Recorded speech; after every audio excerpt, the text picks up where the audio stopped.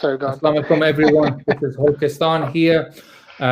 Here for the Stani Army verdict, New Zealand versus Pakistan, live player performance ratings. Today we have Doctor. Hello, assalamu alaikum, everyone. How's it going? Imi. Salam akbar. And Hamza. Salam, everyone. Welcome, Stan. So, Imi, I'm going to come to you first. It was a bit of a blow. Well, I think bit is putting it a bit lightly, that Babar Azam wasn't going to obviously play in this. We were hoping that after the T20 series, that when he was out, that he was going to be some miraculous way. Doctor was going to send him some sort of clever remedy or something and fix his fractured thumb. Yeah, but unfortunately, it wasn't to be. How much of a blow was that? Massive. There was like two massive incidents there. I mean, one, the quarantine was very hard for the players. So like that was a long quarantine, and then like straight after that, Bobber getting injured. I mean, like he would be a loss to any team in the world, but a batting lineup like us would miss Bobber more than anything else. We rely on Bobber to hold the team. It's like he's the glue where the other ones stick around. So he's the focal point for our team. Yes. We're basically the West Indies in 1995 with Brian Lara being everything, and everyone else is Sherwin Campbell. So what did we do to try and cover him, Hamza? Then what did you do to try and cover the loss of Babar then in the team? Well, we made the genius move of weakening the batting and playing an all-rounder and a spinner at the same time. How does that sound? Why do you think that Misbah did that? It's not just Misbah. There's people here that were defending that. I was shocked. That I was the only one who was like 6 batsmen, keeper, 4 seamers. The strategy of the team, I don't get it. Sometimes you just think you must be the only person in the world who's crazy or something. It was so obvious to me that even with Babar, if Babar played, I'm pretty sure we would have just played 6 batsmen, because generally that's what we go with. But then suddenly Babar's out and everyone's like, oh, let's play Fahim. What's that about? Play Fahim, fine, but you got to drop Yasser. You can't be weakening. It just was unbelievable to me. Your best batsman's out. Can you imagine what the West Indies losing Lara for a test match in like 1995 and then replacing him with just another all-rounder? It's just the strategy from the beginning made no sense. What did you make of that, Doctor, about how we tried to cover him? I don't know if it was the difference between losing 2-0 and winning 2-0. I know you're not saying that, Hamza. I mean, I think probably in the first test, we could have gone without Yasser and played another batsman. It would have been the other way to have gone.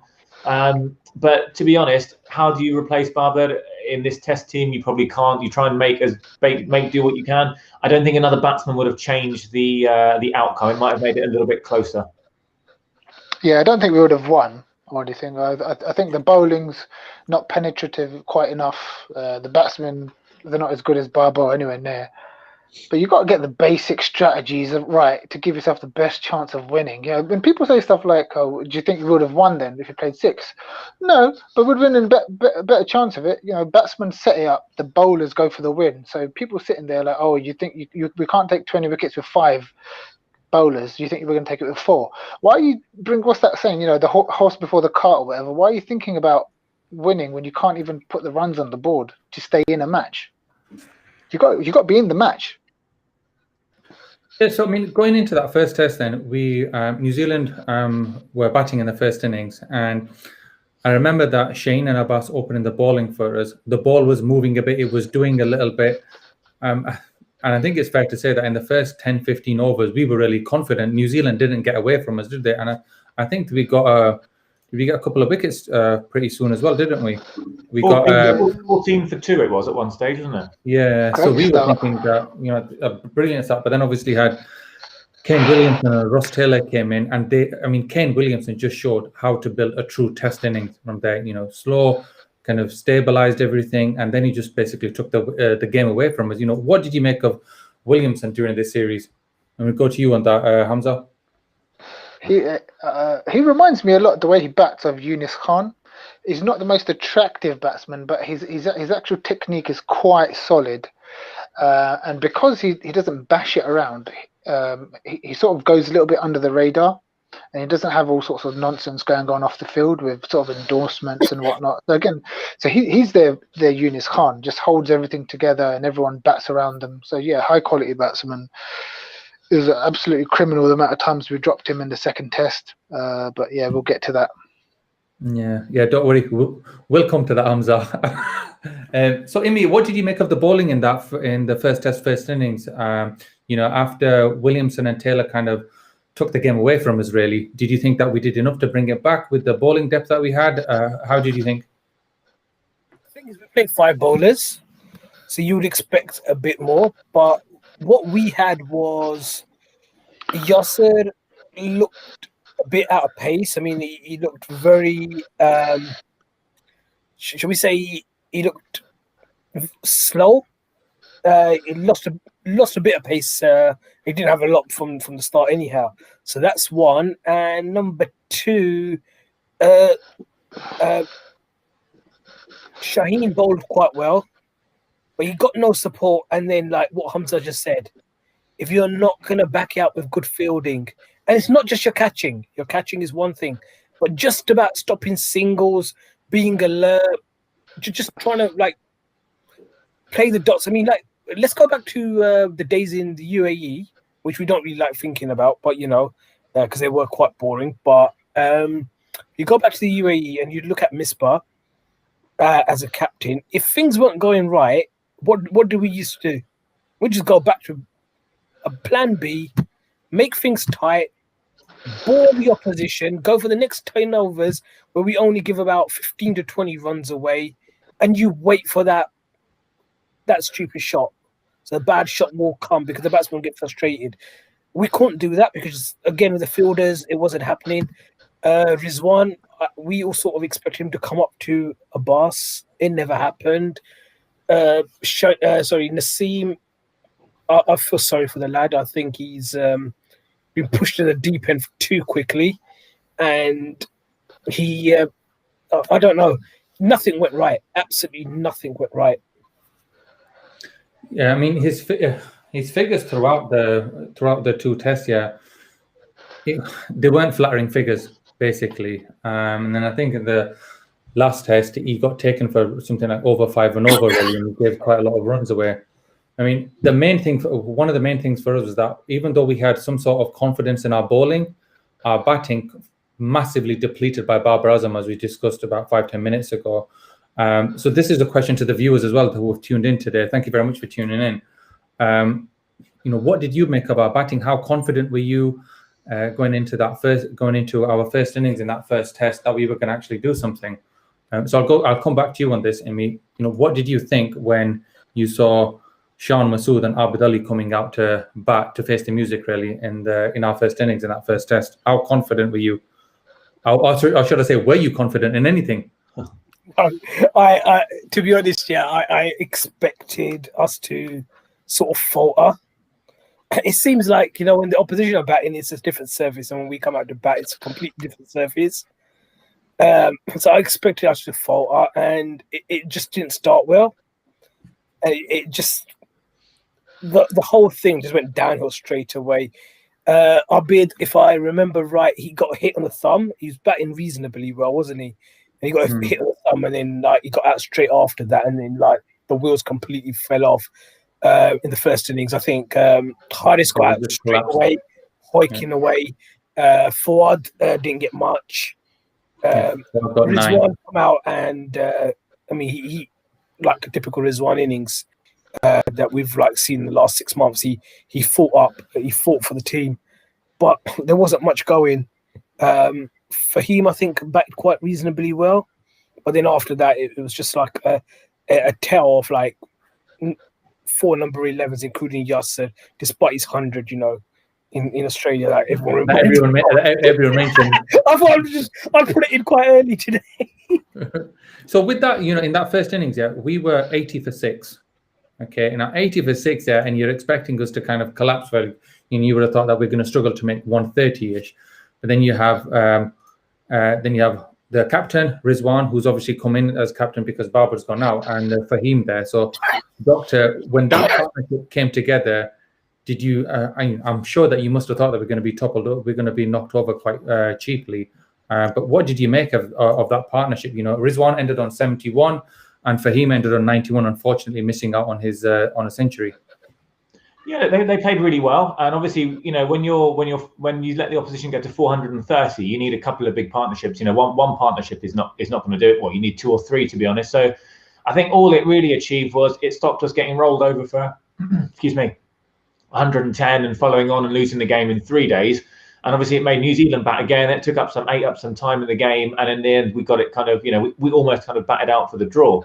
I guess the problem I have is if you look at the close of play on day 2 of this game, I think we're 60 odd or 70 odd for 5 against 430. If you look at day 2 of the second Test match, just moving on to that one very quickly, New Zealand are 280 for 3 in response to our 290. So it just seemed in both games, by the end of day 2, you kind of knew where this game was going, and we can't. You know, we're not going to become successful if we're kind of playing catch-up cricket all the time. And that's the problem in this. From the very first Test match, from the second day of the series, we were kind of playing catch-up to New Zealand. And really all the Rizwan and Fahim partnership did in the first innings and all the fight in the second innings, to me, it kind of just delayed the inevitable a little bit. Yeah, so just on that, I'm just going to pick up this point that Billy's made, that mindset is... It's not always a surface; it comes back to intent. At that point, was made last week. So in that, when we had our first innings in the first Test, I still remember we got to 50 runs at 40.3 overs, I think it was. Now I understand obviously that you come in and you're facing 400 odd, yeah. So you want to play yourself in that. It's not a T20 game, but come on, the way that we just batted, yeah, just block. At least show some intent, just to kind of, you know, get a couple of singles or something. But to get 50 and 40 overs was just, you know, how many overs did we expect to bat that we were going to get, even make 300? Did we think that we were going to bat for 200 overs? That mindset, yeah, was just absolutely shocking, wasn't it, Hamza? Yeah, I didn't really understand what was going on with that. You know, when you see figures like that, it's usually sort of like you think back to the 1990s with like the terrible West Indian pitches at times, where you remember sort of people getting broken fingers and stuff like that. But this wasn't a West Indian attack, and this wasn't, you know, Sabina Park or something where, you know, Atherton and Stewart were dealing with Ambrose, hitting them in the chest all the time. So I don't know what that was. I don't know if any journalists have got around to asking Misbah or any of the guys, was that a strategy, or did you just go out and all bat like that? So I mean, New Zealand came back and just declared pretty much, and just gave us just over a day to see if he could save the game. And I was one of the very few that was thinking that, you know, there's a chance that we're going to be able to actually win this. And for a little bit of time, when you had Fawad there getting obviously his maiden century, you know, after the 10 years of hard toil that he had in the background in the domestic scene, you know, that was just brilliant to see. But then when Fawad and Rizwan went, and then it just sucked the life out of everyone that stayed up to watch it, really. You know, that we got so close. I mean, we were within 4.3 overs of saving that match, but it was just, how did that make you feel, Imi? You know, 4.3 overs away from saving it. It's one of them, isn't it? You can get so close. It's one of them, like, if we remember, Yunus Khan and Misbah's last game, last Test, West Indies, and we won it with what, 1.1 over or something to split. Yeah. And you get elated, and then like you lose one with 4.3. That's cricket. Why did he do that? Why did he do that? That's the one. But it's one of them, you know, you could say ifs and buts. Has the ambition joined the stream? If our you know, openers or Harris sort of batted with you know, a little bit better, we might have saved the game. But it doesn't always work that way. The one thing that I would say on that is New Zealand actually deserved to win. So if that was us playing and the other team, you know, pulled out a draw, we'd be like, how did that happen? So, Doctor, you were going to make a point? Yeah, I was just going to say, it's interesting to compare the two teams. I know we're saying that we showed a bit of a lack of intent. If you look at New Zealand's batting on the first innings, at T on day one, they're about 125 for 2. So they weren't going at much more than 2 and over, barely 2 and over. and they were 125 for 2. So I think, but then what happened was our bowling attack wasn't enough. We didn't sustain that pressure. And so what happened towards the end of the day is that New Zealand started going at 3, 4 and over, and they eventually got to 430 in quite good time. The difference was when we were going at 1.5 and over, New Zealand never let up. If Bolt wasn't there, Southey was. If Southey wasn't there, Jameson was. If it wasn't Jameson, it was Wagner. So I think I'm not having a go at our bowlers and saying it's all their fault. But essentially, at some point, we released the pressure, and New Zealand managed to kind of make some runs, whereas they never released the pressure on us. So I can kind of see why they came out with that strategy, because I think they thought, okay, well, it worked for Williamson and Taylor. You know, they were going really slow on day one, but then eventually the pressure was released, and that's the problem, I guess, with our bowlers. That eventually the likes of Naseem and Shaheen or whoever, they just let they start bowling wayward spells. They start getting tired at the end of the day, and New Zealand can score quite freely. I think that's more on our batsmen, I think. But I think our bowlers did an okay job in that first innings. They bowled quite tightly, and you can't bowl 90 overs like we did for the first 30 overs, really, really tight. It's impossible. The difference is we were going very slowly and losing wickets. They were going slowly, consolidated, and then built on it. We never had that consolidation and build. We were like 90 for 7 or something ridiculous before we know it. Yeah, so Omar makes the point there that Kane was a difference with the bat. He was just a level above ours. You know, he was grinding it out for 30, 40 overs, and then he took the game away along with the poor bowling that we saw there, despite whatever good start we actually had there. So we unfortunately lost the first test, and we were all thinking, you know, what are the changes going to be? And as we all know, Yasser was taken out and Zafar was brought in, which I thought was quite surprising, because I'm pretty sure that New Zealand dropped their spinner. They didn't have any spinners going other than the part-time bowlers from the batsmen. So it was a bit of a shocking decision, really, wasn't it, Doc? Yeah, I mean, shocking and not shocking to an extent. Maybe, I guess we didn't quite understand the conditions. So as I mentioned when we did our watch along, maybe they just thought put a spinner in just in case it turns and we need to bowl them out on day 5 or something. I think they wanted a bit of a bits and pieces cricket to try and cover all their bases. And that's what they did with Zafar. Obviously ended up getting a couple of 30s, but going for 150 in the bowling. As I said last week, the difference wasn't Zafar for Danish. What's his name? Yasser Shah, sorry. That wasn't the difference between the two teams. Again, we batted relatively poorly in our first innings. We only got to 290, where probably that was a little bit below par. Yeah, so exactly right on that, Doc. Mohamed Awais makes the point that we lack the collective effort. We only perform, you know, just in bits and patches, and that's where the captain and the coaches basically need to step up and make them all perform collectively. And that's where the mindset comes into play now. When we think about that and we think about what actually happened in the second test, with, you know, we touched on it at the start of the show about all the catches that were dropped, the intent that, you know, what do you do? What kind of body language should you display when you drop a catch? So a few days ago, I saw something from the legend that is Rob Linder on YouTube. I'm sure everyone knows. He had a video up there. I think it was South Africa, Australia, where they dropped a catch. I can't remember who the players were or even the teams, but I just remember looking at the player's face who dropped the catch. He was angry. He was annoyed with himself. You could feel that passion. Okay, you know, he dropped a catch. Everyone drops a catch, but it was showing that intent that he just wanted the ball to come to him again because he wanted to catch it. Now you put that contrast onto our players, you know, when you had Sean and everyone else dropping catches and everyone's kind of smiling and hugging. Now I get the point that, you know, you obviously want to go up to the fielder and say, you know, chin up, you'll catch the next one. You want to keep them motivated.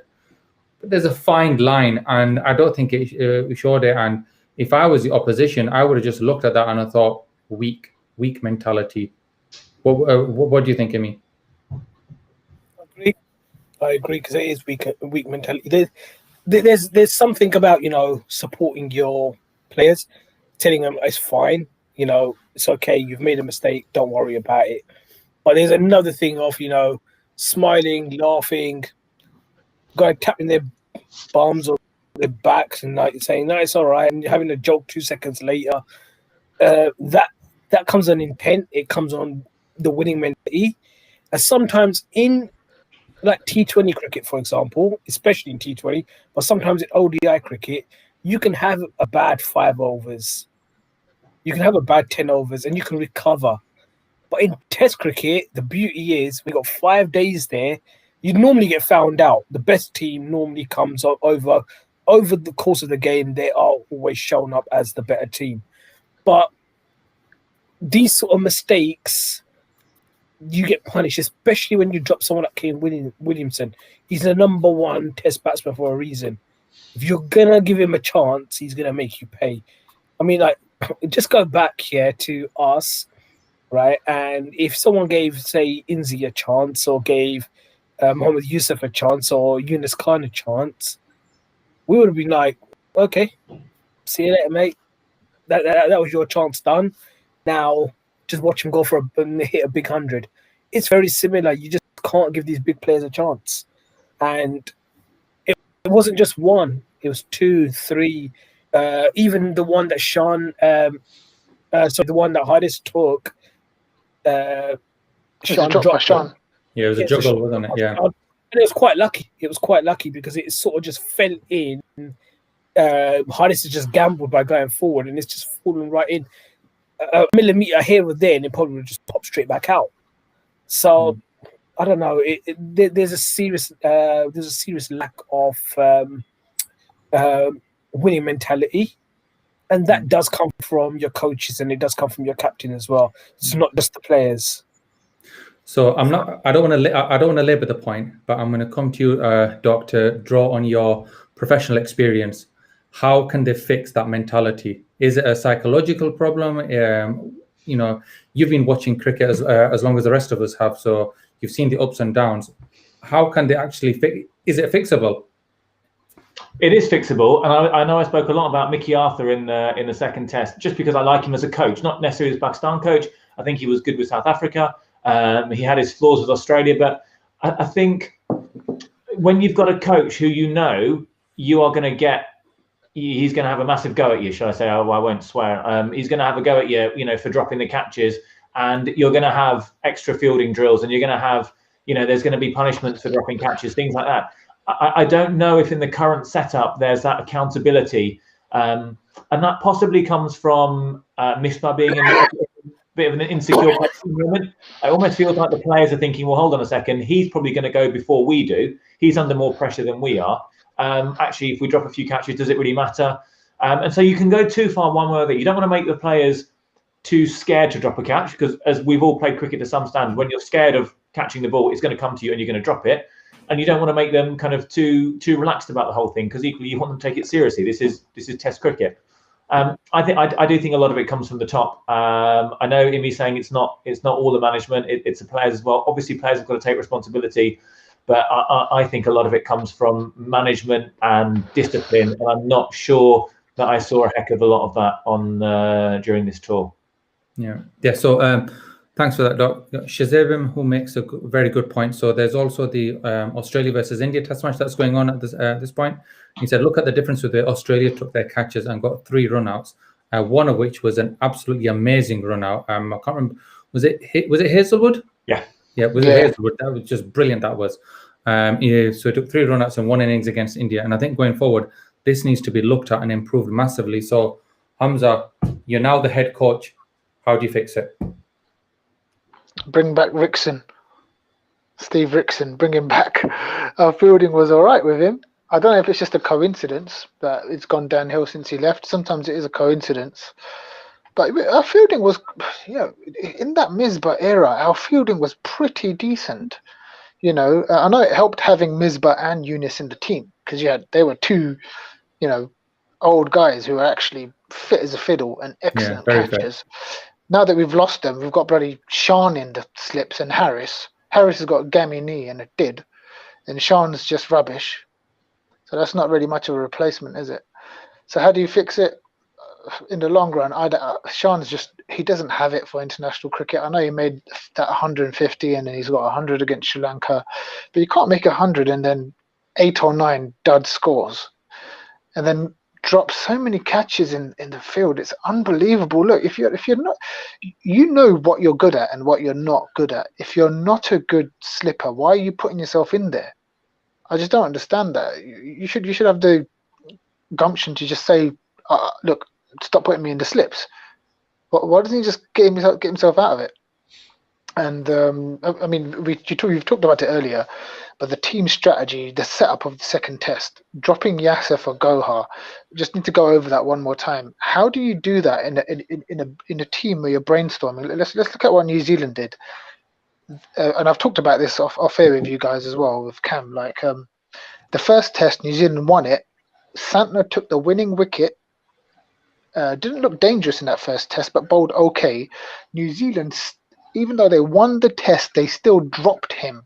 Yeah, because they looked at the second test and thought, you know what, Pakistan would rather face a spinner than any seamers. So let's just play an all-rounder who's a seamer. Pakistan would never, in a million years, and I don't care if you're Mickey Arthur's era or this Misbah era or the Bob Woolmer era. I don't know what it is. We're just not capable of doing little changes like that make sense from one test to the next. If that was Pakistan, we would never have dropped Santner. We would have said, he's a number one spinner, he took the winning wicket, and we won the test. Why change? They would have just left it.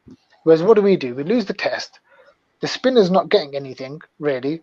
We drop Yasser for who basically is our best spinner. Whether you like him or not, he is our best spinner in tests. We drop him for a debutant who's going to make a debut in a losing team in the last test of a series on a green top. How does that make sense? Are you saying Zafar's a better spinner than Yasser? No. So why don't you just replace him with another seamer? Play 5 seamers. Why don't you replace him with another batsman? Play an extra batsman. That's the thing that really I've been defending the Misbah era for a while now because he's getting enough right for me to see that stick with him. But that change it boggled my mind that that 3 really smart people on the surface and experienced people, Yunus, Waqar, and Misbah sat down and between them thought, let's drop Yasser for Zaf. How do you come to that decision? I can't. That just boggled my mind, and we're going to lose it after that because they're clearly not thinking straight. If they replaced Yasser with a seamer, even though I wouldn't have done that, at least it makes sense. You're like, okay, it's green tops, 5 seamers. If they replaced him with a batsman, that makes sense. Okay, let's get 6 batsmen out there. Where's the sense in replacing him with Zaf? So the whole team strategy is just. I don't know what's going on. How do 3 such experienced cricketers come up with a decision like that? I don't know. I mean, going forward when we look at the preview for the South African series, we'll see if they've made any kind of proactive changes. And I know there's going to be changes at the top from a coaching perspective, and I'm not going to go into those today because we'll be here forever then. But it will be interesting to see, what changes, if any, are made. We've spoken, so Mohamed Awais mentions the fielding as well. It started to improve a little bit under the tenure of Mickey Arthur. We had some of the young guns in there, such as like Shadab. And you look at the Australian Big Bash League at the moment, and I don't know who the field was, but today someone made an absolutely amazing catch on the boundary where he actually flung himself back, grabbed it and chucked the ball back in, stopped it going for a 6. I wouldn't bank on any of our players doing anything like that at the moment. Doc? Never. I was just going to say, I mean, previously it hasn't been quite so visible, but I know a lot of us watched the National T20 this year because it was streamed on YouTube. And you saw the fielding standards in that. And these are domestic Pakistan players. And I know the outfields aren't great and all that kind of stuff, so I'm not expecting amazing dives all over the place. But some of the catches that were dropped by by experienced players who should know better, and actually, to be honest, most dishearteningly, by young players who you would think in this day and age, they see all these glitzy leagues around the world, they see the PSL. Okay, you shouldn't kind of have the PSL as your aim, but if you want to be a good T20 player, you've got to be a good fielder. And despite that, the fielding in the domestic cricket is awful. And that's the thing that I find disheartening, because then there are some changes that I can see that I reckon in 3 years' time, Pakistan might be in a better place. Infrastructure, Wasim Khan, all the stuff, teams coming over, etc. But the fielding is something that really worries me because I can't see that improving quickly, and that's scary because there aren't many teams that have got to 1, 2, or 3 in the world. I'm not asking for number 1 all the time. 1, 2, or 3 in the world that have been really bad at fielding, as bad as we are. I can't remember anyway. No. So if you look at the bowling, when we came in, we did have high hopes for our bowling. So I know that there were some catches that went down, but I just want to focus for a little bit on Mohamed Abbas. So he saw before he had his shoulder injury that he was really good. I'm just going to, bear with me 1 second. I'm just going to share a stat on here to have a look at his career, his figures before he before he had his shoulder injury and compared to now. And the difference is shocking, really. Let me just share this. Just while you're doing that, Hulk, I wonder, Hamza, do you reckon a lot of it's down to the injury that he had? He had a shoulder injury, didn't he, back in the Emirates series? Yeah. If you watch the first series where he actually made a bit of a name for himself was the tour to the West Indies. Yeah. Whenever that was 2017-18, and he took a few. If you look at the wickets he took there, he was actually bowling just not fast, but his like some of the wickets were like in-swinging Yorkers. I remember him getting a couple of wickets with an in-swinging Yorker. You can't imagine him doing that now. Now I don't remember what the pace was, so I wouldn't be. Some tours they sort of have the speedometer up and some don't. But if someone who's watching this can look back at that tour and see some of Mohamed Abbas's wickets in the West Indies and see his pace, because I can't imagine him now taking a wicket with an in-swinging Yorker. He's bowling at sort of 125 at some stages in the New Zealand series, and I don't think he generally was that slow. I think he was in the 130s. Now he's down in the late 120s. Even if you move the ball a bit in the late 120s, a good batsman can adjust. So yeah, I think that shoulder might have dropped his pace a bit, unfortunately, that shoulder injury. Yeah, because we can see from his averages there that it's more than doubled, going from 16 to just under 40 here. So do we think that there's a road back for him now, Amy? To be truthful, I don't think there is. He's a good bowler, and he'll have his moments. But if we're going to look for consistency, I don't think Abbas will get that consistency back. He's had the injury. He's lost a little bit more pace than he didn't have a lot, as I said earlier as well. And he's lost a little bit more. And then he's lost some of his guile. What he is still doing is still bowling very tight. So he's quite measly. That doesn't give a lot of runs. But, how much of a benefit does that actually give you as a team? In Test cricket, I mean, the only way you're going to win is by picking up 20 wickets. Just by containing, you're not going to be able to, win games. I don't think it is. I mean, I don't know if Doc thinks any different. Yeah, I think some of it is on Abbas. I think I read an article, I think it was on Quick Info, saying his pace is down a little bit, but it's not down by, to answer your point, Hamza, I don't think it's down by loads, maybe not compared to kind of a year ago or anything like that. I think if you look at the way teams are playing, and this is a point that's made on the comments, I think with Shaz has written on the comments, that's the one that's up at the moment, teams are playing him differently. So they are batting outside their crease. They always show the interception points, don't they? And the interception point over the past year or so has been a lot further forward, a lot further down the pitch compared to last year. Obviously, then with that, his average has gone up. I mean, again, it's a point that I've made a million times, so I won't labour it. But essentially, in international cricket, you are going to get worked out after a year and a half. People aren't going to be surprised by you anymore, like they were at the start. So it's down to you to come up with something different. And of course, that could mean that you bring you bring your keeper up and you try and negate kind of batsmen coming forward. The thing that I think worries me about Abbas is, one, the injury, and we all know as you get older it's more difficult to come back from injuries.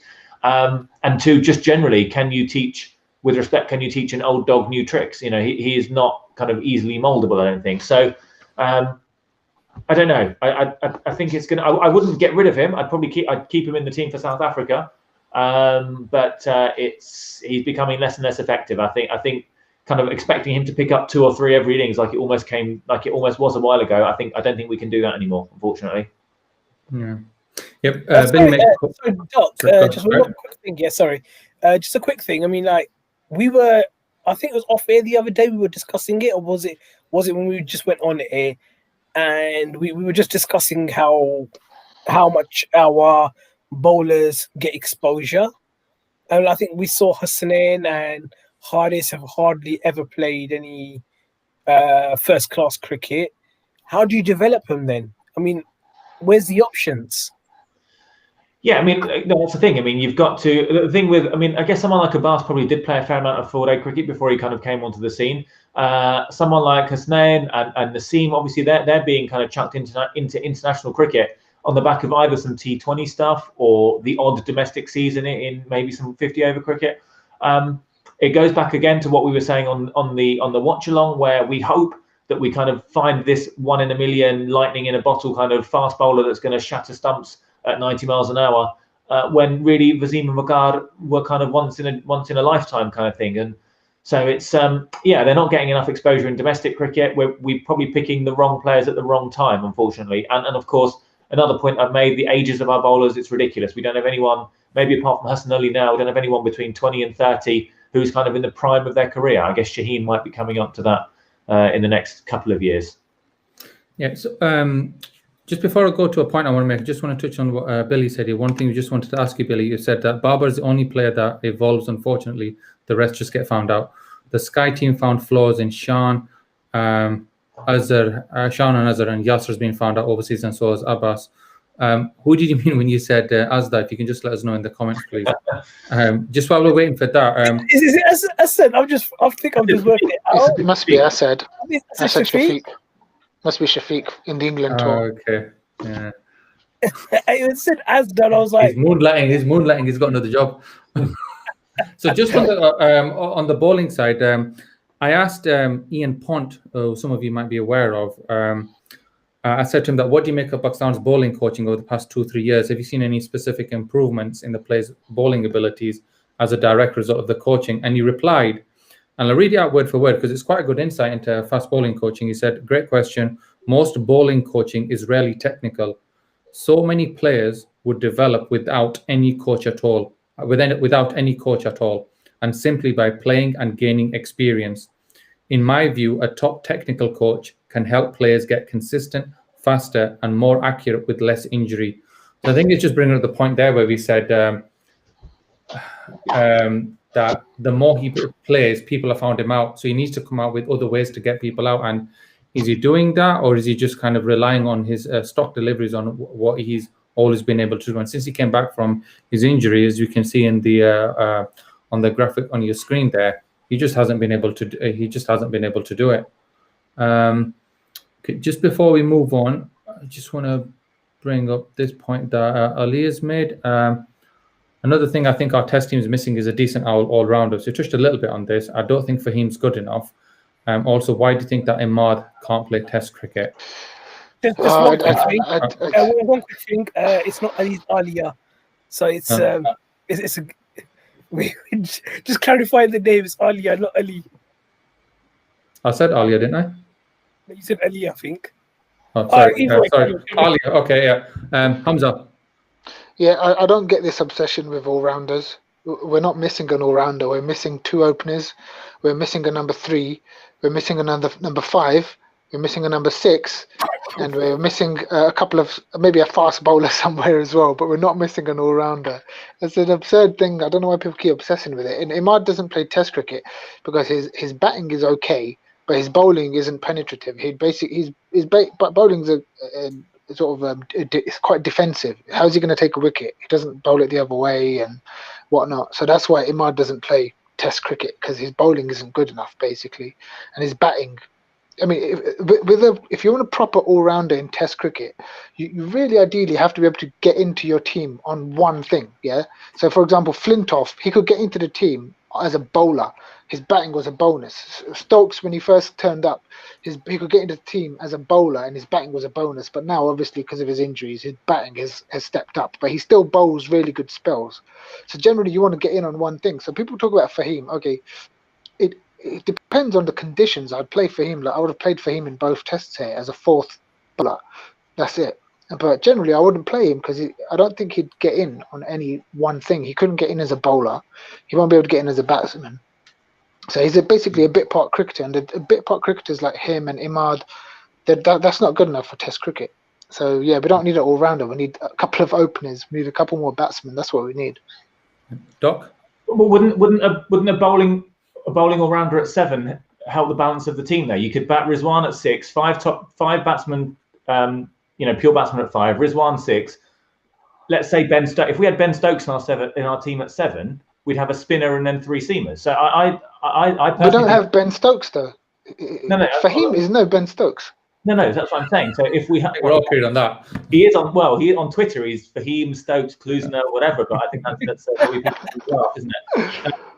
I think we'd be in a lot better place if we had a bowling all rounder at 7. I think it would really help the balance of the team because we could play 3 other seamers. We wouldn't get to this situation where our seamers are knackered in their 3rd and 4th spells because they're not fit enough.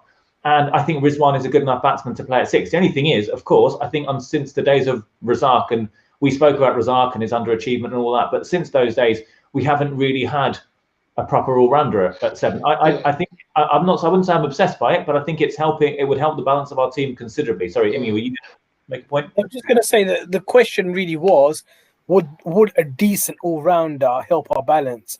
Now, if we had, it doesn't say like specifically like Fahim.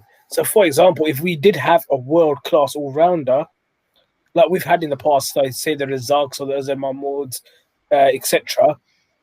If we had someone like that right now, which we don't have, the best I think we have right now is Fahim. But if we had someone that level higher, he helps. That gives you a real balance. It gives you an X factor. All the big teams have it. India's probably actually missing it right now with. Who's Australia's all-rounder? Yeah, with Pandya not there right now, it sort of spoils their balance in their side. Right, it just gives you a little bit extra having a quality all rounder in your team. But I mean, we don't. Australia have been searching for an all rounder for ages, and now that's why the whole country is going crazy about Cameron Green, who's come in and got 80 odd the other night against India. Every team wants an all rounder. It's difficult. It's difficult. It's difficult to find them. But if you look at England when they were at their best, when they had Flintoff, it let them play 5 fast bowlers. And that's why Stokes is so kind of invaluable to their team. I'm not against an all-rounder. We just don't have one. No, well, but we don't have one. Can we find one? No.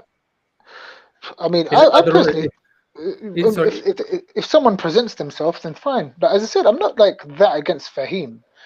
I would have played him in both tests because it's a seeming set of conditions. But generally speaking, and the other thing, people mention, we used to play Razak and Azhar Mahmood. Yeah, we had Yunus, Yusuf, and Inzamam at 3, 4, and 5. If you have those guys at 3, 4, and 5, they make the bulk of the runs, and you can have dibbly-dobblies making 20s and 30s around them. If you've got Azhar, Harris, and Fawad at 3, 4, and 5, you're not quids in if you bring Fahim at 7. That's where you win matches when the batsmen 3, 4, 5 they win the matches and the bowlers take the wickets. Who's our 3, 4, and 5? If your 3, 4, and 5 isn't Yunus Yusuf, that's what I mean. Like Yunus Yusuf Islam. People talk about Shoaib Malik. He was so good for the first 6 or 7 years. Yeah, in the first 6, 7 years in his Test career, he had Yunus Yusuf and Inzamam above him. So his little 20s and 30s looked quite good. Soon as that disappeared, and all of a sudden Shoaib Malik had to step up, he was exposed. So it depends on what's coming above you. So Fahim, if Fahim was 10 years older, he could have been playing with the Yunus, Yusuf, and Misbahs, but he's not. He might have got into that team easily and slotted in perfectly at 7 or something like that. Because those guys, Yunus, Yusuf, Inzamam, those guys will get 250 between them more often than not. And everyone else would just have to sort of push us up to 400. We don't have that anymore. So that's why I've always been banging on about. Just stick with 6 batsmen. We don't have a strong enough batting to weaken it. So I just want to make one point on that. Shadab was in the Test squad as well, but then unfortunately he got injured. So when we play South Africa at home now, there's obviously Shadab to think about, and I think that the team are kind of grooming him to be the all-rounder. But great points all round. I just want to touch on one more thing, and then we'll move into giving the ratings for the squad. Mohammed Wade says, shouldn't we hire professional coaches from abroad to work with our domestic teams and our coaches to teach them modern coaching techniques? The game's gone to a whole new level, and we are still in the 90s. So 100%. We're doing that. We've got Grant Bradburn working. He's coaching coaches. So Wasim Khan's doing that with a domestic setup. Yeah. We've got Grant Bradburn doing that right now. Yeah, he's coaching Pakistani coaches. Yeah, Grant Bradburn, he was the fielding coach towards the start of 2020 last year, but then he moved on to kind of the head position of I've forgotten the name now, Hamza, National High Performance Coaching Center. High Performance Center, something like that, yeah. So like Mohammed Yusuf now. Recently, Mohammed Yusuf's now in the NCA. So that I mean, if our batsmen can't learn of Mohammed Yusuf, then you know, coaching is basically overrated then, or they just can't learn because there's few people more better to teach you or guide you than Mohamed Yusuf. Okay, I so don't know, are we basing that on him being an excellent batsman? I've never really heard him speak about technical stuff. So magnificent batsman, but does that mean he knows his technical stuff? I don't know. I've never heard him sort of talk about, oh, this batsman needs to do this and this. I've only ever heard him have an argument with Ramiz Raja. Do you remember that? No, I think Yusuf, he's so technically good, and he's the sort of person who he just knows batting inside out. I can just see him being like, I'm not saying he, as a national coach, but just guiding youngsters in, just telling them the basics. And one thing I have seen Mohamed Yusuf talk about is that the mental capacity of knowing how to cope with pressure, and a lot of it is that. Yeah.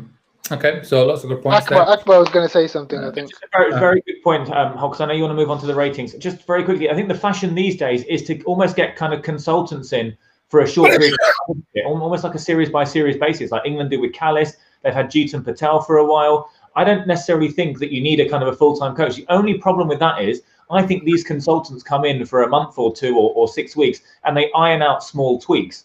The problem is our batsmen have much more than small tweaks that need changing. So that's the, you kind of almost you'd want to get, because a big name isn't going to relocate to Pakistan for 2 years and be our batting coach. Let's be honest, a big foreign name probably won't do that.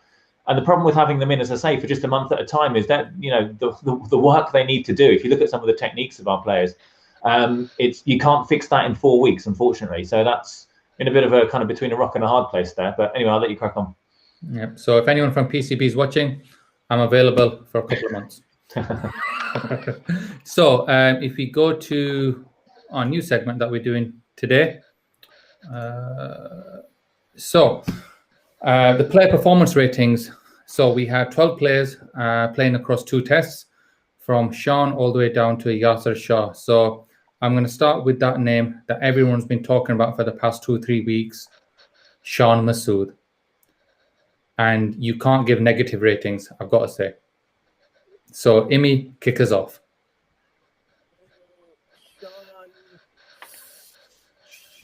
You got the batting, not much. Well, nothing at all. You got drop catches. I love Sean. You all know, I know Sean quite well. I love Sean as a person, but this is now what I've got to do. So Imi, let me just stop you there 1 second. So if any of the viewers are giving these, if you're going through these ratings, please let us know what your ratings are. And, almost come out with a really good one. There's 0. And Amy, I know that you know Sean quite well. If you want to abstain, you're not allowed to. Yeah, well, I was just gonna say that I'm not gonna abstain, and it's a 0. Okay, Doc.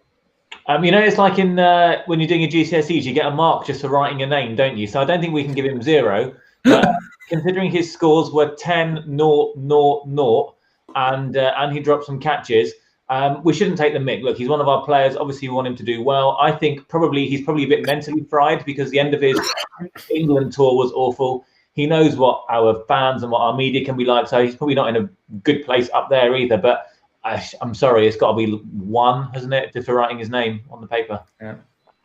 Hamza? Yeah, 1. Move on. 1. Guys just had an awful tour. Drop catches, no runs. Got to be a 1.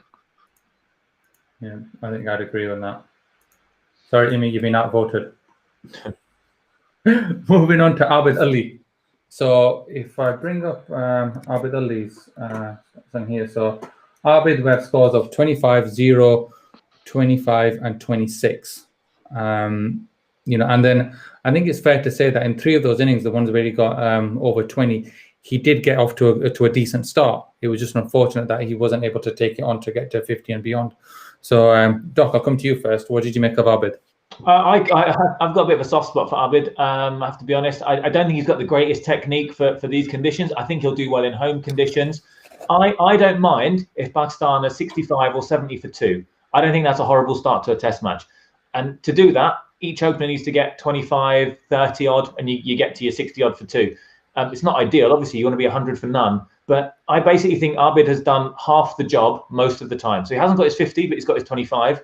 So if he's done half the job, he gets half the marks. Maybe I'm being generous. I've given him 5 for seeing off the new ball and getting to 20 nearly every time. Okay, so 5 is the same as Umar. Hamza, what would you say for Abid? Basically, what I think is, look, I think he's about 31, 32, 33, something like that. And basically what you see with him is someone who, if you're playing Sri Lanka or Bangladesh style bowling attacks, in the UAE or Karachi, he'll make you a few runs. But if once he comes up against even a half decent bowling attack and the conditions aren't desi attacks, then he's not going to do anything. So I don't see I don't want us to invest time in someone who's not going to get any better, and someone who's not going to be more capable of making runs against a reasonable bowling attack. So yeah, I'm going to give him a 3. Okay, so we've got from 5. Sorry, Amy, have I done you yet? I haven't, have I? What do you reckon for Abid? So we've got 5 from Doc, 3 from Hamza, and then we've got a number of suggestions from the viewers, and we've got from Faisal Ibrahim, Abid Ali -1, which is very harsh, I think. What do you think? One of the comments, Abid actually batted reasonably well. He saw off the new ball on most occasions. Twice he got out in the series by getting hit, and like soon after he got out. But what we find is on the way towards, as Doc put out, our openers can't see at the new ball. So he saw the new ball out. He just couldn't carry on. But I think it's somewhere between a 5 and a 6. So yeah, that's that. You got to remember, he was pretty poor in England as well. 5.6. I'm going to give him. I think that so that is a good point. That although he hasn't gone on to make his 50 plus, he has got off to a decent start, and he has seen off the new ball where he's got 25, 26s in 3 of the innings. So I wouldn't go lower than a 4, but I don't think I'd go higher than a 5 because Nasser Hussain once said, I still remember this. He said, if you get out in the early on, okay, that's one thing. If you make 20 odd, then you get out, then that's criminal because you get out after you've made a good start. You've seen off the ball, so I wouldn't go higher than a 5 on that. So 4 or 5, guys. Yeah. The thing that worries me about Abid, he never looks in. You look back in the England series, he never looked in. He looked like he could get out at any point. And the same with this New Zealand tour. Even those 20s he made. Look back at those 20s. He just never looked totally into me. We've got to have slightly higher standards for our openers. So I've given him a 4. So I'm just going to update the screen here so everyone can follow us. But Azhar Ali. So losing Babar was a massive thing for us. But then Azhar Ali, the most experienced batsman. We love that word, experience. What did you make of him in this tour? So just to go over his scores, Azhar Ali made 538, and then he turned it around in the second test where he made 93. Unfortunate to miss out on a century and 37. So Hamza, what did you make of Azhar Ali? I think we've come to realise that he's not Yunus or Yusuf. We hoped he would become one after Misbah retired and Yunus retired. So I think if we judge him by his limitations, I think I'd give him a 6 or 7, maybe a 6. I'll let you guys decide. I'm split between a 6 and a 7. So we've got Omar who's commenting in set 6. He played well in the second test, but he also dropped about, I don't know if that's 78 or 7 to 8 catches yet, but either way, it's a lot of catches. Imi, what would you say for Azhar Ali? I think Azhar batted reasonably well. He sort of led from the front. His 93 was a very, very good innings under the circumstances. That was an innings that you expect an experienced player, someone who your team sort of relies on, someone who you've invested into sort of do. Is unlucky not to get 100. If I've given Abid around a 5.6 or whatever, Azhar is probably higher than that. 6.5, 7. 6.5. Okay, seven high. Okay, I'm sorry, Hamza. Did you actually give him a score? Did you just say? Did you pass it on to me? I said 6 or 7. Okay, Doc. Yeah, I know time is catching up, so I won't go into huge detail with and just repeat the points that guys have made. But that was a beautiful 93. So yeah, I've given us a 6, like most people, I think. Okay, yeah, we'll go for 6. Yeah, listen, boys, I'm really sorry. I've got to run off early, if that's all right. So, yeah, crack on with the scores. Sorry, Hamza, just before you go, we've had one comment for you. Let me just show you that. Go for it. Our esteemed colleague Bilal Habshi said, can we appoint Hamza as chief selector, please? But make him sign the condition that he won't pick Shazad. Ask him, please. Will you take the role? I'll take the role. In my defense, I only used to big up Ahmed Shazad up to 2014 when he was actually in good form. Since then, he's been rubbish. So, yeah, I accept that. Hamza, what did you give, just out of interest, before you go, what did you give Harris then? 6? Harris Sahel. Yeah, I'll give him. I was going to give him a 2, but for that catch, I'll give him 3. Okay, fine. All right, thank you very much, Hamza. All right, boys. Welcome, Slam. Okay, bro. I love it. Okay, so Hamza's given Harris a 3. So, Doc, what do you reckon about Harris? He got 3, 9, 1, and 15. He looked pretty awful in all of those innings. He took one really good catch, which was totally out of character, and I'm not saying comedy value, but for looking like a cousin who's just turned up late to a wedding, he gets 1. Imi? Not much better than Sean, so a 0. I think we'll go for 1 because he helped to write his name on the team sheet. And now we come to and now we come to the legend that is Fawad Alam. Imi, I know you love him. I do. I mean, just for that one innings, and just for the love that I have for him, yeah, because he bats in a different postcode to the pitch. I'm going to give him a 6. Okay, 6. Doc?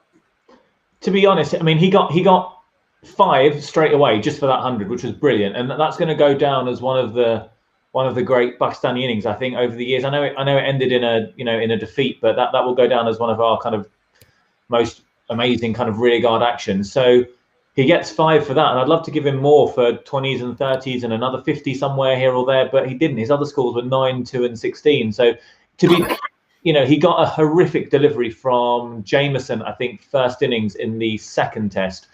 So you can't do anything about that. But yeah, I give him a 5. Maybe I'm being a bit harsh there. Most people are giving him more than 5 in the comments, so maybe a 6. But you can't fail 3 times out of, you can't fail 75% of the time and get a really high score, can you? I don't think. Yeah. So let's just look at him since he's come back, right? So he's played 2 tests in England, and then he's played this. He's played 4 tests. He's got that 1 innings, and then there's like the rest are all failures. So let's hold our horses on calling him a legend too soon. So just let me just stop you there. Yeah, I hate it. Yeah, when people use the word legend loosely. I know I just joke about him. Yeah, but he's nowhere near being a legend. Yeah, so anyone who's saying that, yeah, forget it. He's nowhere near that at the moment. So I'm just thinking that when we say 6, if you look at Azhar Ali, we gave Azhar Ali a 6. So comparing him to that, and I think that we got 5 to 6. And the other thing we've got to bear in mind is that he got that 102 under difficult circumstances as well, when the team was, pretty much collapsing around him as well. So we need to give him a little bit more credit for that. And people saw the elation on his face, the relief when he actually got his century. Doc mentioned that he got a brute of a delivery by Jameson to get out on one of his other innings. But I'm kind of personally torn between a 5 and a 6, but I'm just looking at Azhar where we gave him a 6. So I'm leaning towards a 6. I don't know what you guys are saying or what any of the viewers are saying. Shall we go 6 to be nice? 6 to be nice. We're in a nice mood today. Let's be honest, he's been pretty harshly treated over the past few years. He doesn't need us chiming in as well and knocking a mark off. Exactly. Okay, and now let's move on to the all-rounders. Just before we do that, we've got Mohammad Awais saying something nice about him. He's a legend of Pakistan domestic cricket. That you can have. I'll let you have legend in that. Okay, so we've got Fahim Ashraf. So Fahim Ashraf, picked as the all-rounder. He did make he made solid scores, 91, 19, 48, 28. And his bowling, although he wasn't, wicket penetrating, he was very tidy. He held up one end perfectly as the first chain. So I thought he did a really good job on that. Don't you, Doc? Yeah, I do. I think Fahim has done well in kind of overseas conditions. He did well previously in England and South Africa. Not amazingly. No one thinks he's, we don't think he's Stokes. He's not going to be our Flintoff. But considering what I think has been a really problem position for us kind of in that all-rounder spot for ages now, I'm pretty happy with how Fahim's played. I think he's hopefully going to get a decent go in the team now. I'd give him a 7, to be honest. It would have been nice, if the 9, and I think other people are giving him 7 as well. Would have been nice if the 91 could have been 100. Would have been nice if the 48 could have been a 50. But that's personal milestones. But yeah, 7 out of 10 for me. Yeah. Amy, we're getting some 7s on the comments as well for him. Yeah, about 7. I think Hamza was very harsh on Fahim earlier. Fahim didn't do much wrong, and it's easy to say, yeah, why didn't we play an extra batsman? Well, do you think the batsmen would have got the scores that like Fahim got, and then added the bowling as well? Because one thing he did do, he didn't pick up a lot of wickets. I can't remember how many wickets he got in total, but he didn't pick up much. But Fahim got 3 wickets, I think, 3 series. Yeah, 3. All right, Doc. I know that you're pretty good at stats here, but let me do something. He bowled long spells, he bowled tidy spells, he kept it quiet, and that's what you just need from your fifth bowler. You just need someone to if you're going to play a fifth bowler, you're not picking him to because you expect him to run through the opposition. You're picking him, to do a job for you. For him, did the job quite well. So yeah, easy 7. Yeah, so I was quite surprised with Fahim. I'm not his biggest supporter, as some of you might know, but I can't knock him. He did really well. He stood up, from that very first innings where he was batting from 91. And as I said, first change, it's always difficult. All the pressure that Shane and Abbas have built up, is it just going to be released? And it wasn't. He held up his end. So I think that I'd say it's about 6 or 7, but I'm happy to give him a 7. And I think that agrees with most of the comments. And Shazib's actually saying there that at least he didn't drop any catches, which is good. And just the last one there from Umar. Hamza's jealous because Fahim has better hair than him. There That's an interesting one. There aren't many people who Fahim hasn't got better hair than. It's amazing. I love it. Yeah, but has he got better hair than Umar? We'll find out at the show on the show tomorrow, won't we? Yeah, we'll get Umar to take his cap off. Okay, let's just move on to the second all-rounder that we brought in for the second test. So I know that we've generally been quite scathing of that decision to actually bring in Zafar on his debut for that second test, but he played, and his figures were, I think, from batting wise, he got 34 in the first innings and then 37, and then that high scoring first innings for New Zealand. He came out with just under economy rate of just under 5 when he bowled 32 overs, and unfortunately didn't get any wickets. So, what would you say about Zafar on his debut? Difficult one to grade, isn't it? It's difficult to grade a guy on a spinning all rounder on his debut, kind of on a green top. I mean, he doesn't get many marks for his bowling, to be fair, because the pressure was off, and he didn't have much to play with. He didn't have particularly attacking fields, so he doesn't get much for his bowling. If you want your all rounder to be contributing decently with the bat, he got, as you say, a couple of 30s. I gave him 4, which I think is again just in keeping with what most people are saying here.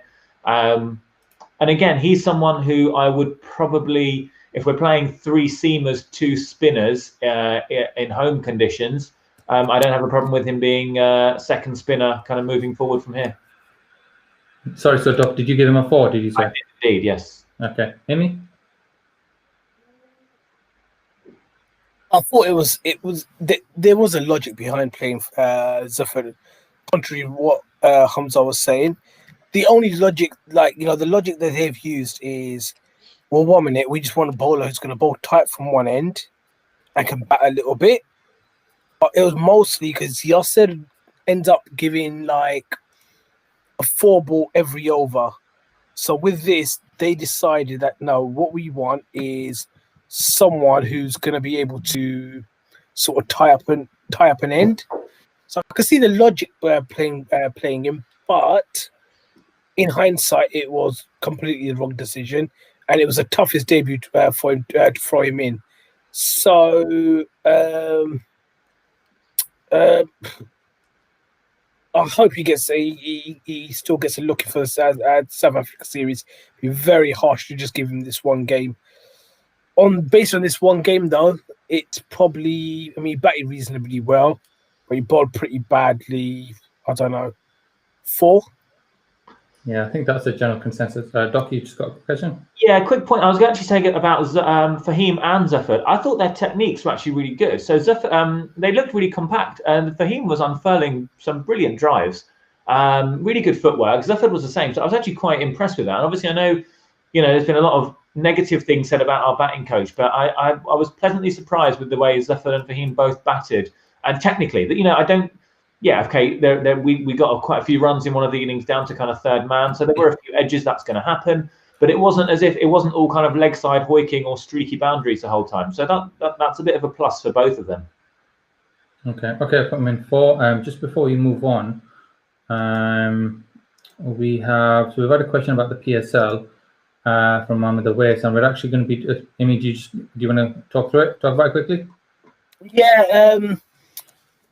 I'm doing a PSL show tomorrow, 7 p.m. UK time, which will be like midnight Pakistan time. And I've got Hamza joining me, and I've got a couple of new guests. So away from the normal people that we have, got fresh faces tomorrow, and we'll be doing the show tomorrow. And the show will be in mostly English, but there will be some Urdu as well, because I'm going to make my guests feel comfortable tomorrow. So there'll be some Urdu as well. But yeah, we're going to do a full PSL draft tomorrow. So we'll look at every sort of aspect, how it's going, who's got the best squads, where someone could have improved, everything, and who missed out, who should have been there, who should not be there, etc. But that's tomorrow, 7 p.m. UK, midnight Pakistan time. Thank you, Amy. Okay, so that's the batsman done and the all-rounders. We've got quite a few low scores there, but we've got a couple of people trying to build it, 2 or 3 people trying to bring it back up. Now we move on to Mohammad Rizwan. So he took the captaincy when Babar was unfortunately ruled out with his fractured thumb. He had rave reviews when he was over here in England for the Test series here. Amy, what did you make of Rizwan? So just to remind people of his figures, so from a batting perspective, he has 71, 60, 61, and then 10 in his last innings. And keeping wise, I didn't watch every single ball, but I seem to only remember that he dropped 1 catch. What does everyone think for Rizwan? We've got Billy opening up on a high 8 here. I'm going to go to you first on this, Amy. Up there with Fahim as our player of this series. I think it was very hard for him to sort of captain along with sort of lead the line with our batting as well, because he was our most consistent batsman. How dare he get a 10 in the last innings, though? How dare him? There'll be people out there saying that he should be out of the team by now. But I'm going to give him a 7 as well. I don't think it was better than Fahim, and it wasn't like, I don't think it's an 8 category either. And he did drop 1. It was only the 1, but he dropped a very important catch at a very important time when things were really down, and it was quite on his standards. That was a pretty simple chance. Okay. Doc? Yeah, so initially I gave him an 8 because I felt he batted really well, and obviously if you come off 3 times out of 4, that's 75%. That's 7.5 out of 10. So that's kind of the score I was going to give him. Yeah, you've got to take into account, I think, 2 other things: his captaincy and his keeping. His keeping wasn't, like you say, he dropped that chance. His captaincy, we didn't see anything amazing. There were long periods of time, but there was a Williamson-Taylor partnership in the first innings, in the first test. There was the Nichols and Williamson partnership in the second test match. I didn't see anything ridiculously innovative or any kind of bright ideas to try and break those partnerships. So maybe his 8 comes down to a 7 for me, or maybe 7.5. And there's a very good point from Billy there because he brought Shan Masood on as well, didn't he? I think at T on day 1 or 2, I can't remember now. So yeah, 7.5. Yeah, so I was a bit torn about Rizwan because as I've been banging on for months and months on these shows, for me, a wicketkeeper is always a wicketkeeper first. I don't really care about his batting or captaincy or anything else. From a keeping perspective, if you don't hear anything about a keeper, to me, that always means that he did a brilliant job. We only heard one thing from a keeping perspective where he dropped that catch, as Amy mentioned. So I'm a bit torn. I think that I'd like to have given him 8, even a 8.5, because he made some like really good, valuable scores. But then I think that unfortunately, he was the captain as well, and we're doing an all-round performance here. We're not just doing it just on his wicket keeping. So I think that did pull him down. He made some odd choices, and we can argue all we want about should he or should he not have been captain if he's not astute enough to be the captain. But I'd say 7. How do we think he reviewed from memory? Not fantastic use of DRS. I can't think of anything. I don't think so. Fantastic there either. So again, that would maybe just that's why I went 7 instead of 8. I think anywhere between 7 and 8 is fine for him, isn't it? Yeah, I feel bad putting him down as a 7 because we put Fahim as a 7. Nothing against Fahim, but I just think that Rizwan brings so much more to the game than Fahim because of the keeping. You need some of that rock behind the wickets, and you drop one catch, but he's still a rock behind it. Doc, I can see you itching to say something. I was going to say, go on then, go on, give him an 8. We'll give him an 8. Any hate mail, send to me. Favoritism.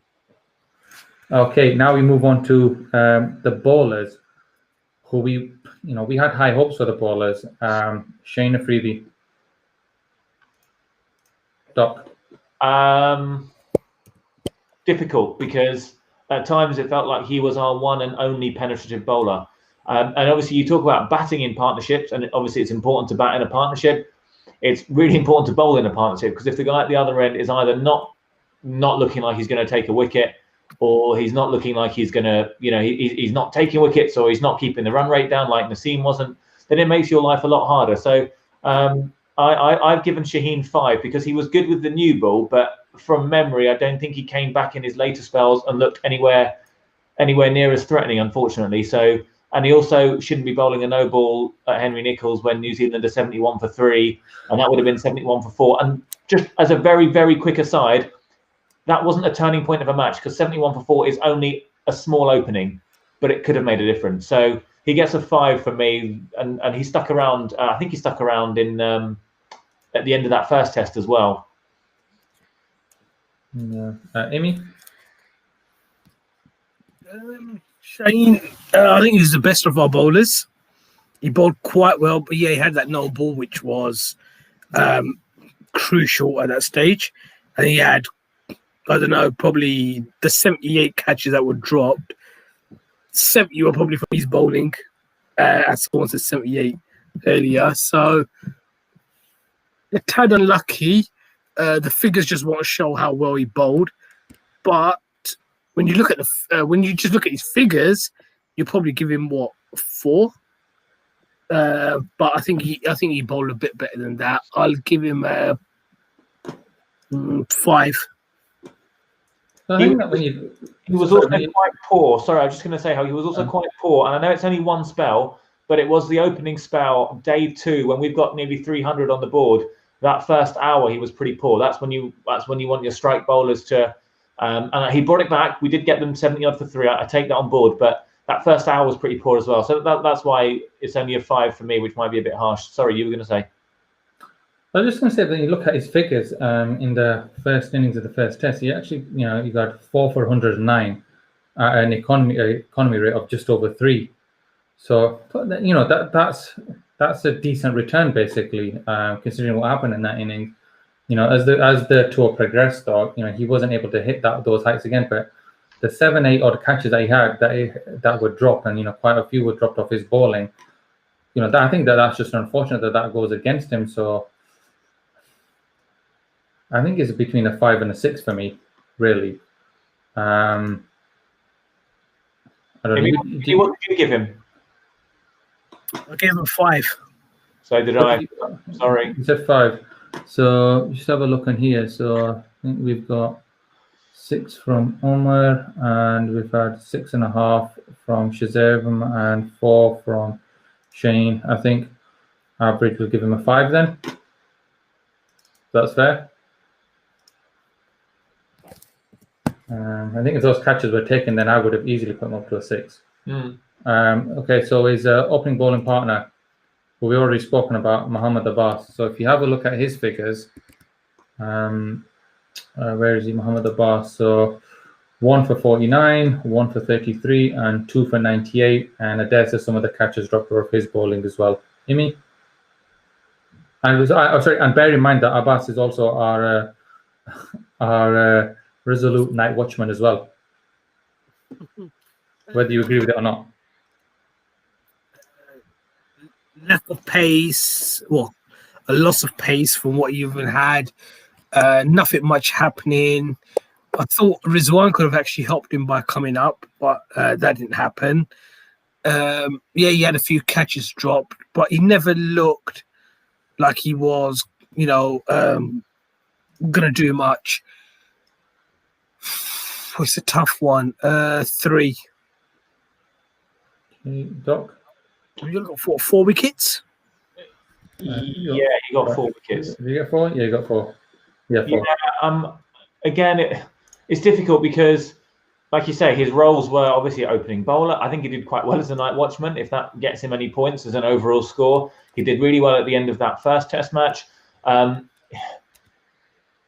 I was going to say 4. I'm kind of being more swayed towards a 3. I'm looking at some of these comments coming in. I don't think he bowled that badly.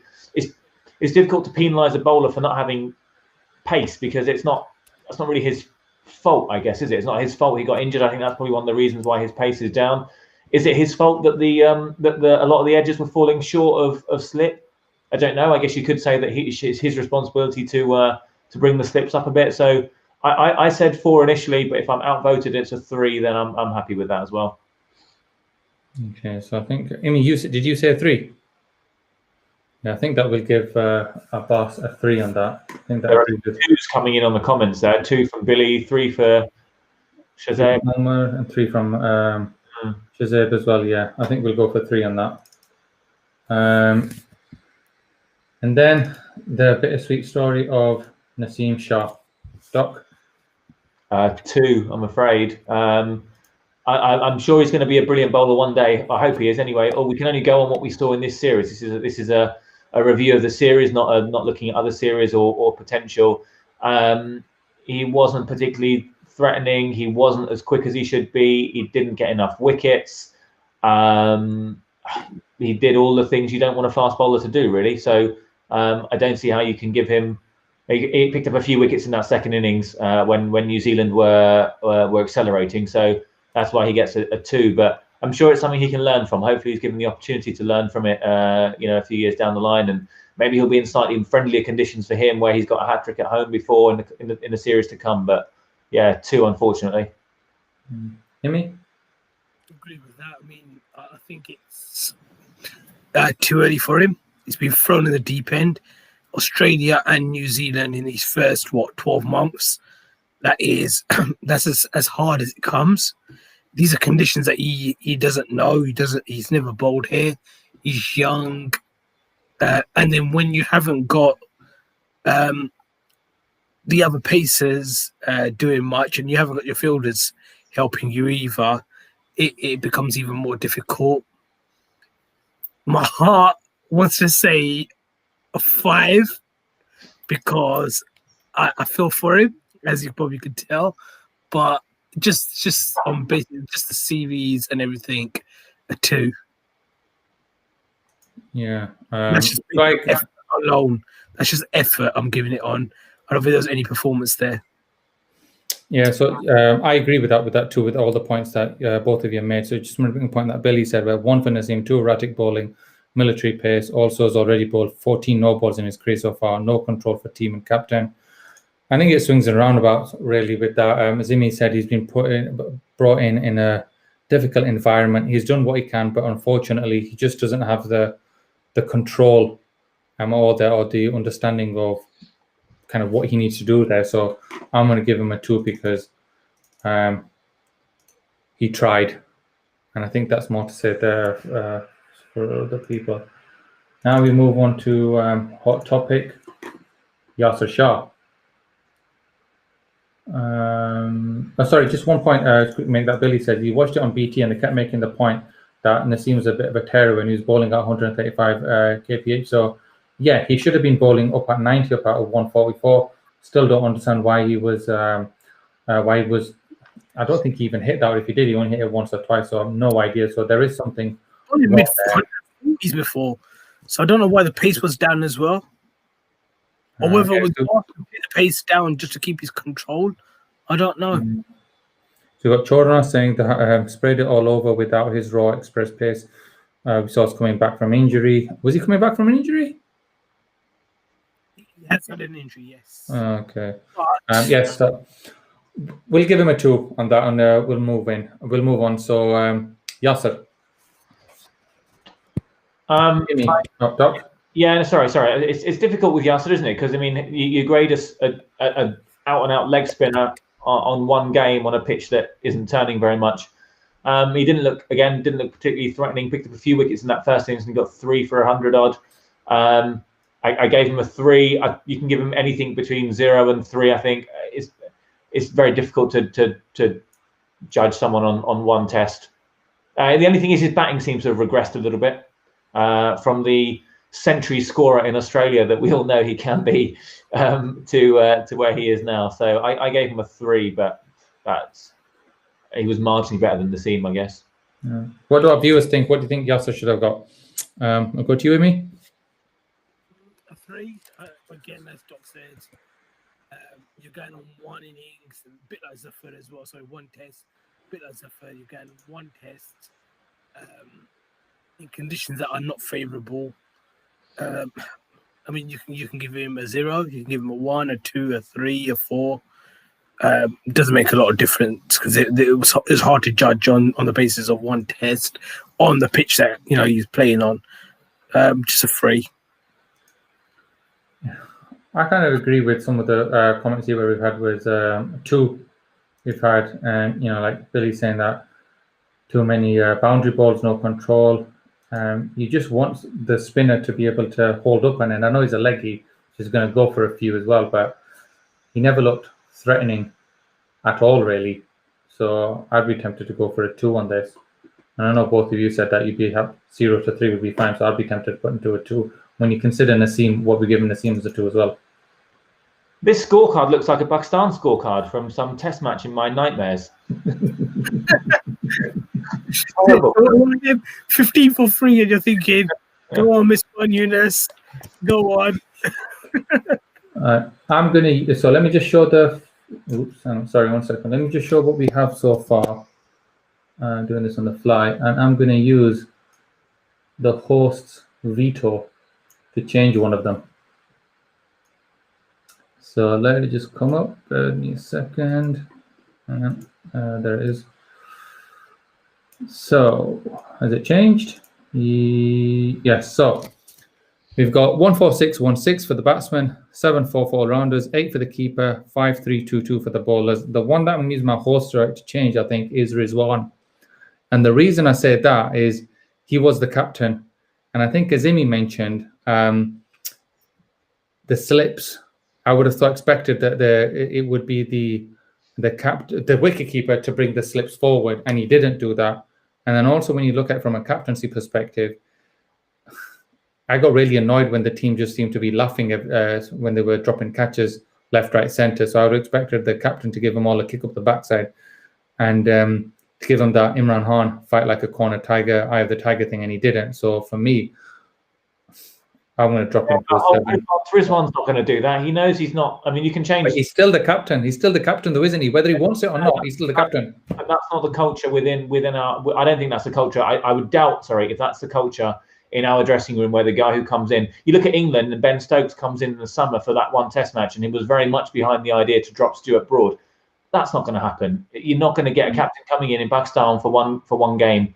Or 2, get 1 series and saying, right, you lot, shape up, this is ridiculous, shouting at everyone. 1, I don't know if it's in his nature.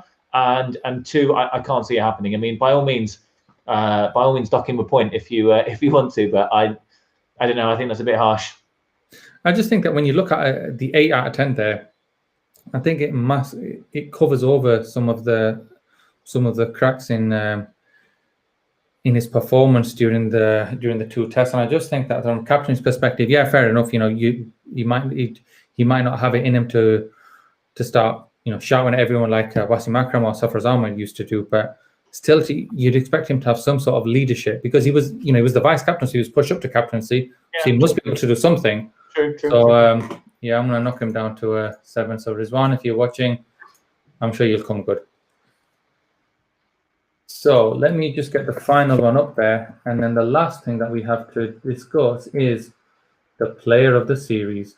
So who do we think? So viewers, please jump in with your comments. Who do you think the players of the series should be? So we've got Fahim with a 7, Rizwan with a 7. So I'm going to change it. We've got Fawad Alam, who came in with a 6. 10 years hiatus. Who do you think should be the player of the series, Doc? It depends it depends how you want the player of the series to kind of be judged. If you look at the scores, obviously it's between Fahim and Rizwan, because they're the 2 guys that got 7. If you look at kind of the impact that it might have moving forward, I don't think you can underestimate. No, it's not the guy who carried the drinks. That comment. I don't think you can. I don't think you can underestimate what that Fawad innings might have done, maybe to some of the other batsmen, maybe to him moving forward. So I think he should be in the conversation as well. But I guess purely for exceeding expectations and performing pretty well with the bat and hopefully quietening a few people down for a while, I will give it and because of his great hair, I'll give it to Fahim Ashraf. Wow, there's a bombshell. And it would have been interesting to see what Hamza would have said to that. So we've got another one here for Fahim as well, from Azam. Imi, what do you think? While I'm like talking to you guys, I'm watching like football at the same time. I know we're on no football zone, yeah, but Newport County and Burton Brighton are in penalties. They've taken their 5 each, and both teams scored 2 and missed 3. It's actually probably the worst penalty shootout in the history, but it's dramatic. But watch it after you've watched this program, guys. Anyone who is watching. Okay, so just back to the player of the series, I mean. I'm about 5 minutes behind anyhow, so it's already finished. But yeah, I will give it to. So I didn't even know what you said. Fahim or Rizwan? Fahim or Rizwan? It's a close one. Just on the basis of expectation, Fahim probably nicks it, but I'll give it to Rizwan. Yeah, I think that. Oh dear, it looks like Holt gets a deciding vote. As it should be. That's why I did it. And then I'll just say bias. So just going on to the Braves, before I answered that question, Doc, Rizwan should be 8. Took captaincy for the first test late in the day, and with Barber rumored to be back for the second.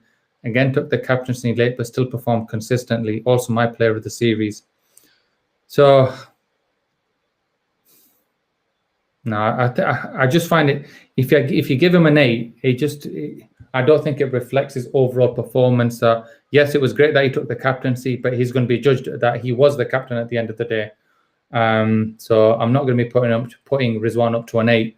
But I think the player of the series, the unfortunate thing here is that there's not many people in the mix at all for it, really. So that kind of makes it a little bit easy. You have Fahim, you have Rizwan, you've got Fawad with an outside shot, possibly, and there's no one else really in the mix. So I'm going to... sorry, Imi, you said Rizwan, and Doc, you said Fahim, didn't you?